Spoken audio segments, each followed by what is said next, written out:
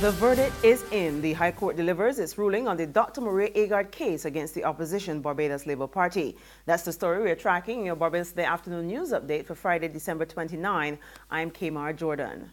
The High Court has thrown out the case brought by Dr. Maria Agard challenging her expulsion from the opposition Barbados Labour Party in November 2015. Dr. Agard had claimed that she was unfairly dismissed because she openly challenged opposition leader Mia Motley's leadership. The court came to the conclusion that Mr. Agard and her attorneys at law sued the wrong persons using the wrong claim form, the wrong form, had no cause of action. In fact, they spent more time on PR than reading the law. Obviously, the Barbados Labour Party is happy that this matter has now come to an end. At this stage, it's been almost 2 years. We've contended all along that we treated Dr. Agard fairly and that her action, as Mr. Ford just said, was always wrong, that she was suing the wrong party in the wrong way, with the wrong documents, with the wrong cause of action. The court has in fact held that this morning and described the action, the claim forms as being a catalogue of errors, no less than 7, and as having had a situation where it was vacuous and incoherent at best. Thanks, Emmanuel. In other news this Friday, the opposition BLP is accusing the government of attempting to impose controversial measures to address crime in the country. During a packed meeting at the Lawrence Tigay Primary School last night, former Attorney General and St. Joseph MP Dale Marshall charged that the Friend of Stewart administration was seeking to table amendments to the Police Act in Parliament last week that could have led to possible introduction of curfews, among other things. The opening words of this bill said that they wanted to increase the statutory powers granted to the Commissioner and the force with the use of cordons and curfews. So we recognize that there are difficulties, but to impose on Barbadians now, sudden so, and without any consultation, the introduction of powers to the police so that they, a police inspector, can decide to impose a curfew on you and you and you and the community in this constituency and around. These are things that are unheard of in Barbadian history. But what is worse is that they sought to do it with indecent haste and without any consultation. Meanwhile, opposition leader Mia Motley has responded to Prime Minister Friend Stewart's announcement that he has no plans of calling elections anytime soon. Ms. Motley told party faithful last night that whenever the date is set, the BLP machinery is ready to rock and roll. The notion that Frontal is going to the end has set people quaking because Bajans cannot believe that there is that much more sufferation still ahead of them. But I say to you tonight, hold strain. Because whether it is a short campaign or whether it is a long campaign, this campaign has started and this Barbados Labour Party is ready. It's been a bumper year for tourism arrivals in Barbados. According to Minister of Tourism Richard Seeley, the country has exceeded its targets and he's already eyeing a repeat performance next year. We expect that we will finish up the year at 825,000 and therefore we are very, very pleased in that regard. That was expected and anticipated, and with the commitments that we have going forward, there's no question that certainly by winter 2019, or should I say calendar year 2019, we will go past 1 million cruise passengers in Barbados for the first time. To sports now, New Zealand trounced the West Indies by 47 runs in their opening T20 game in Nelson this morning.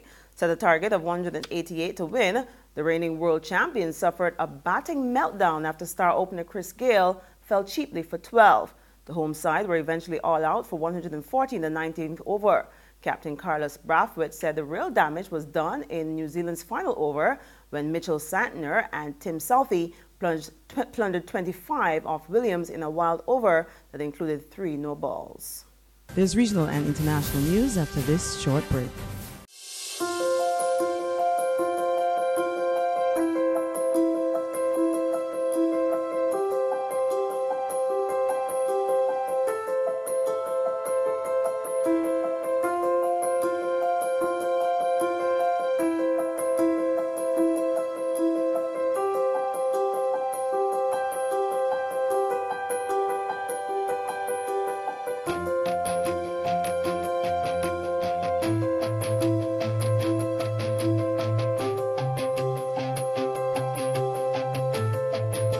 Barbados Today, news you can trust.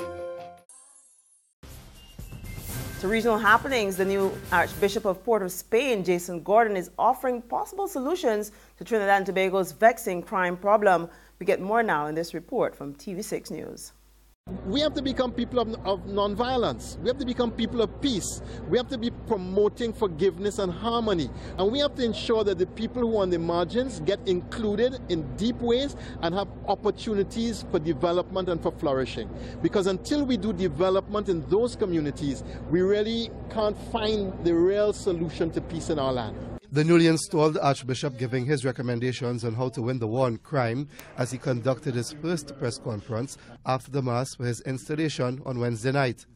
The Mass occurred at the Cathedral of the Immaculate Conception in Port of Spain, which saw the presence of the Special Branch and heavily armed police officers around the church as the President, the Prime Minister, the Finance Minister and members of the Diplomatic Corps were in attendance. The Archbishop said at the beginning of every year there has been a spike in the crime rate. The problem has become out of our grasp and is bigger than any government in the last 6 governments has been able to deal with. The murder rate this year, how many do we have? 490. Close to the 500. On the international front, 4 children were among 12 people killed in a fire at an apartment building in the Bronx borough of New York. The victims include a 1-year-old baby. New York City Mayor Bill de Blasio said the fire was the deadliest in the city for at least 25 years. The cause of the fire is not yet clear. Eyewitnesses told BBC News they heard people screaming and saw others waiting to be rescued. People were screaming, and that's how we knew it was trouble, because people were screaming, fire, hell, fire, hell. We knew it was trouble. I know, I just wake up to a bunch of smoke and that's it, man. The whole building was on fire, that's it.